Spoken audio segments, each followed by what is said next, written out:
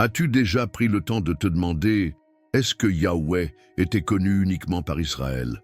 Ou bien est-ce que son nom, sa présence et même son culte ont atteint des peuples bien avant qu'il n'existe la moindre tribu, le moindre patriarche, la moindre alliance avec Abraham? Cette question peut sembler audacieuse, voire troublante. Mais et si je te disais qu'il existe des indices clairs dans les Écritures, montrant que Yahweh était déjà invoqué, révéré et connu bien avant que Moïse ne monte au Sinaï ou que Jacob ne voit son nom transformé en Israël? Et s'il y avait eu des personnes hors de la généalogie hébraïque qui ont entendu sa voix, prononcé son nom et même offert des sacrifices en son honneur? Aujourd'hui, nous allons plonger dans l'un des mystères les plus oubliés ou ignorés des Écritures, le culte de Yahweh avant l'existence d'Israël. Une vérité profonde, puissante et révélatrice. Une trace laissée par un Dieu qui a toujours été universel, bien au-delà des frontières géographiques, ethniques ou politiques.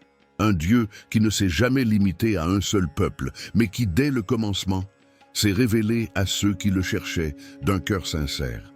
Mais avant d'aller plus loin dans ce mystère, laisse déjà ton like, abonne-toi à la chaîne et active la cloche.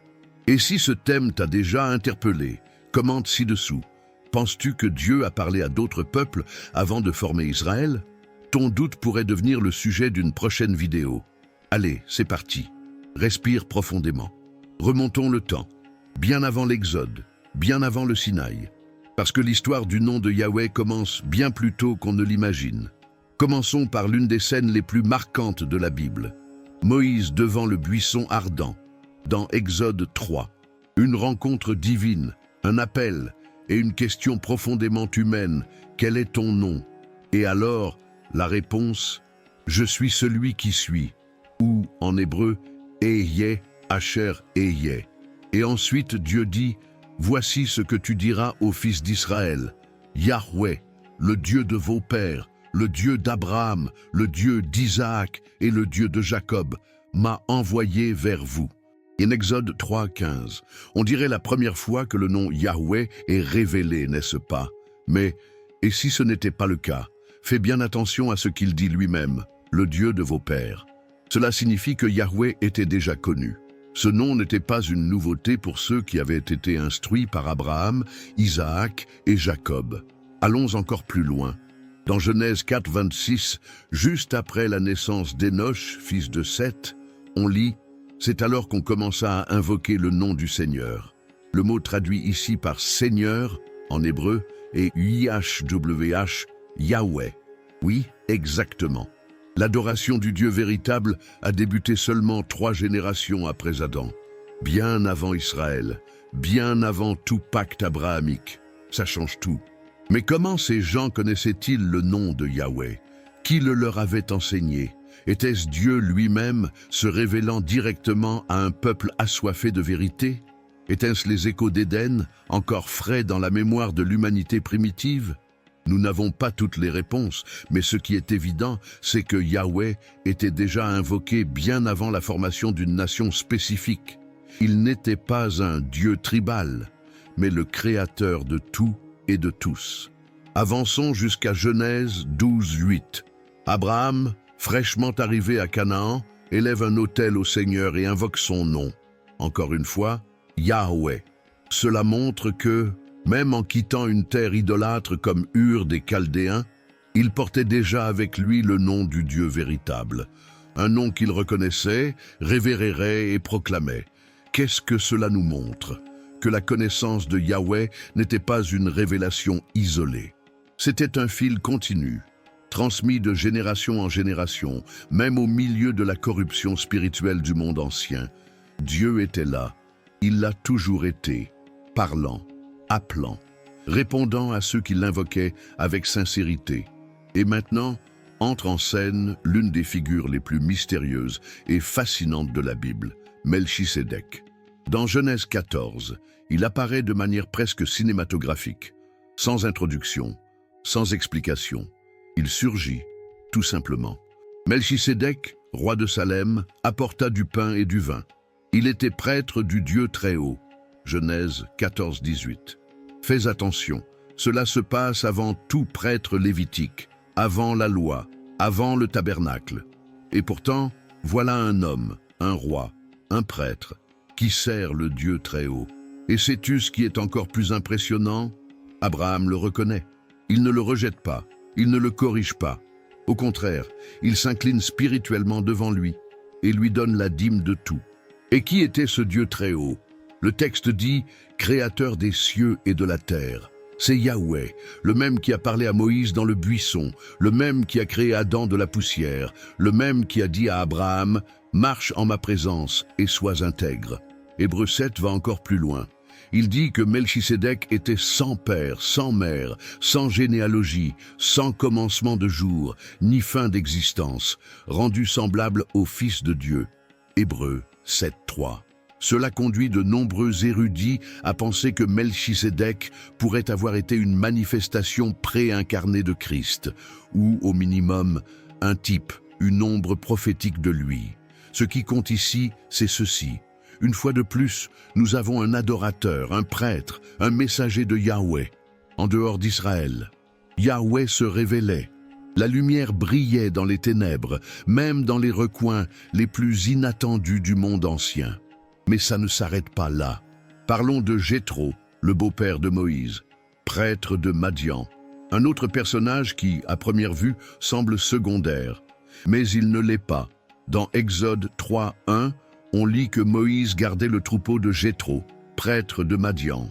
Et plus tard, après l'Exode, lorsque Jéthro rend visite à Moïse dans le désert, il loue le Dieu d'Israël. Béni soit le Seigneur qui vous a délivré de la main des Égyptiens.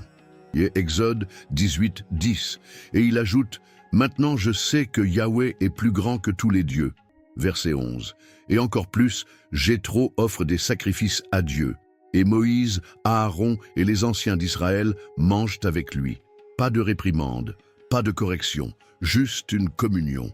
Cela montre que Jéthro, bien qu'il ne soit pas israélite, reconnaissait et adorait Yahweh. Encore une fois, Yahweh est vénéré en dehors d'Israël. Encore une preuve que Dieu agissait parmi les peuples. Maintenant, réfléchis avec moi.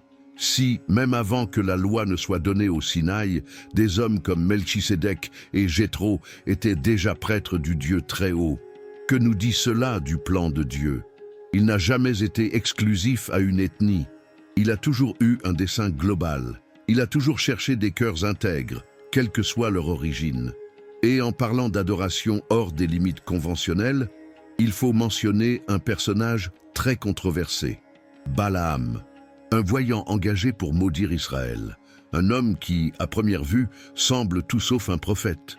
Mais alors, quelque chose d'incroyable se produit. Yahweh lui parle.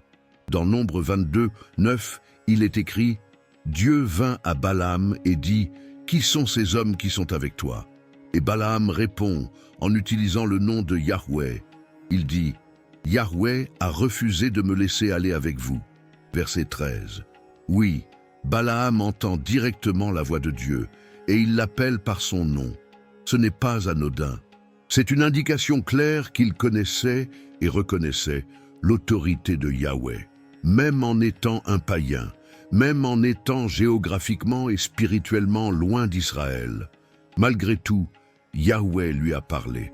Cela dit, il faut noter que Balaam, plus tard, a choisi la voie de la corruption et de la cupidité, comme le rapportent 2 Pierre 2.15 et Apocalypse 2.14.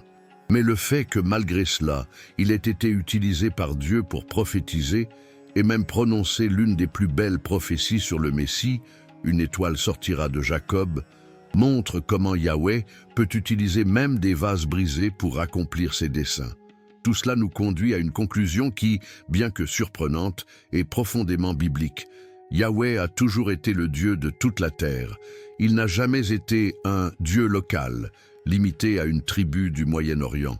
Il est le Créateur, le soutien et le Rédempteur de toutes les nations.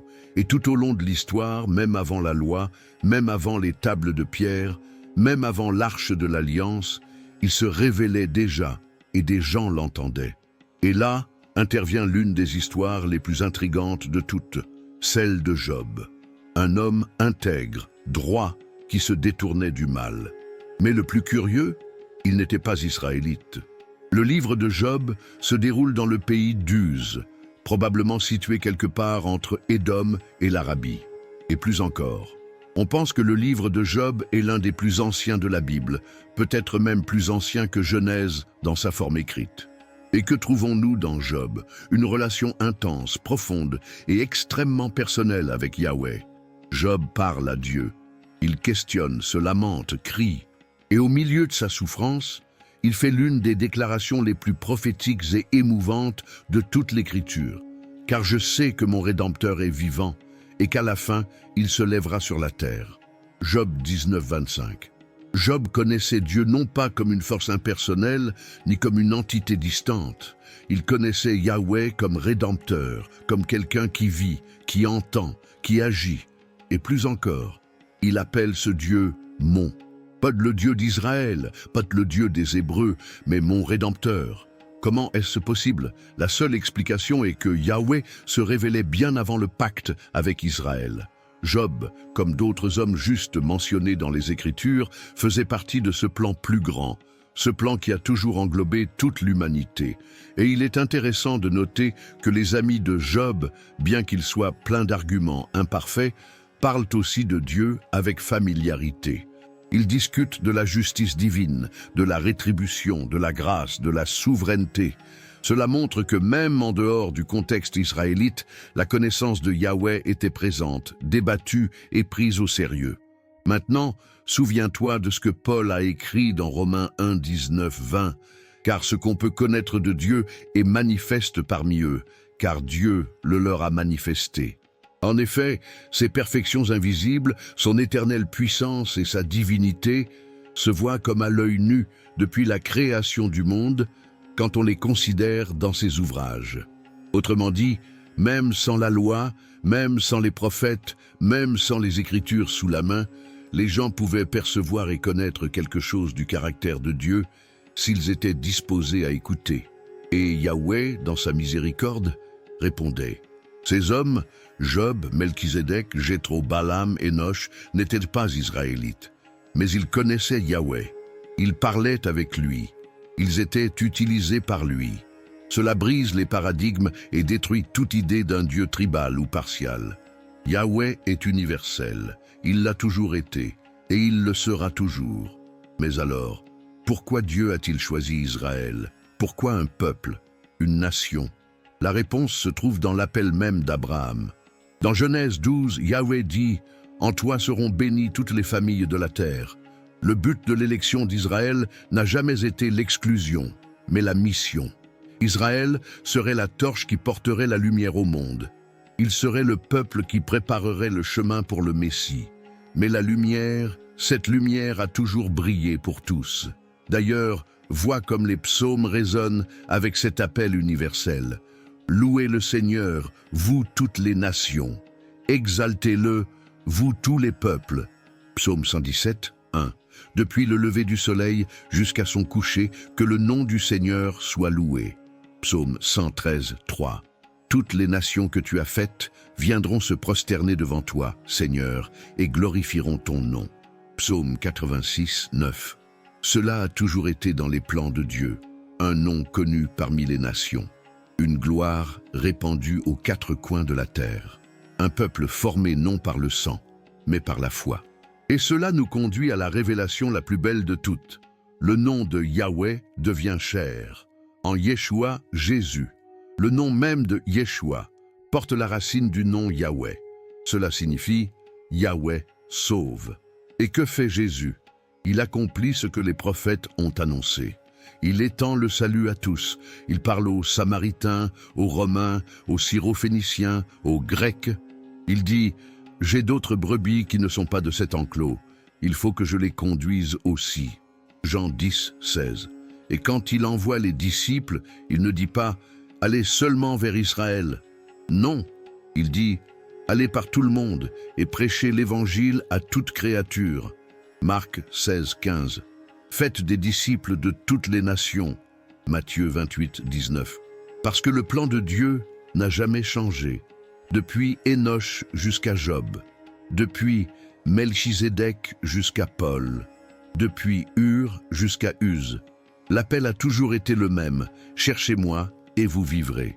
Et il a promis, vous me chercherez et vous me trouverez parce que vous me chercherez de tout votre cœur. Jérémie 29, 13. Maintenant, peut-être te demandes-tu, mais qu'est-ce que tout cela a à voir avec moi aujourd'hui? La réponse est tout. Parce que si Yahweh parlait à des gens avant qu'Israël n'existe, s'il se révélait à des hommes et des femmes de différentes langues, terres et cultures, alors il peut aussi te parler à toi. Tu n'as pas besoin d'avoir un nom de famille sacré. Tu n'as pas besoin de venir d'une lignée religieuse. Ce qu'il cherche, c'est un cœur sincère. Peut-être te sens-tu exclu. Peut-être penses-tu que Dieu ne parle pas à des gens comme toi, que tu n'as pas les bonnes connaissances, ni le bon passé. Mais tout ce récit prouve le contraire. Dieu a toujours parlé à ceux qui étaient prêts à écouter. Il s'est toujours révélé à ceux qui cherchaient. Et aujourd'hui, il t'appelle par ton nom. Il te dit « Je suis, je te vois, je te veux ». Tu peux être comme Enoch et commencer une génération qui invoque le nom de Yahweh. Tu peux être comme Melchizedek, quelqu'un qui vit au milieu du chaos, mais qui est prêtre de la paix. Tu peux être comme Jéthro, un conseiller plein de sagesse qui reconnaît la main de Dieu.